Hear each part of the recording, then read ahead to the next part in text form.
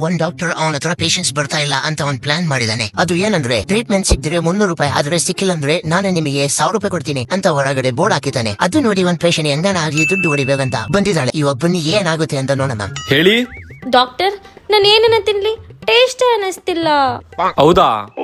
ತೌಸೀಫ್, ಆ box number 5 ಅಲ್ಲಿ ಒಂದ್ ಸಿರಪ್ ಇದೆ, ಅದು ತಗೊಂಡು ಇವ್ರದ್ದು ಬಾಯಲ್ಲಿ ಹಾಕು. ಡಾಕ್ಟರ್, ಇದು ಸಿರಪ್ ಇಲ್ಲ, ಇದು ಪೆಟ್ರೋಲ್. ಇವಾಗ ಟೇಸ್ಟ್ ಬಂತ? ದುಡ್ಡು ಕೊಡೋ ತೆಗಿ. ಡಾಕ್ಟರ್, ನನ್ಗೆ ಏನ್ ನೆನ್ಪಿರಲ್ಲ, ಎಲ್ಲ ಮರ್ತೋಗ್ಬಿಡ್ತಾ ಇದ್ದೀನಿ. ಹೌದಾ ತೌಸೀಫ್, ಆ ಬಾಕ್ಸ್ ನಂಬರ್ 5 ಅಲ್ಲಿ ಅದು ಸಿರಪ್ ಇದೆ ಅಲ್ಲ, ಅದು ತಗೊಂಬಾ. ಡಾಕ್ಟರ್, ಅದು ಟೇಸ್ಟ್ ಚೆಕ್ ಮಾಡೋದು ಸಿರಪ್ ಅಲ್ಲ ಡಾಕ್ಟರ್. ಇವಾಗ ನೆನ್ಪ್ ಬಂತಲ್ಲ, ದುಡ್ಡು ಕೊಡು.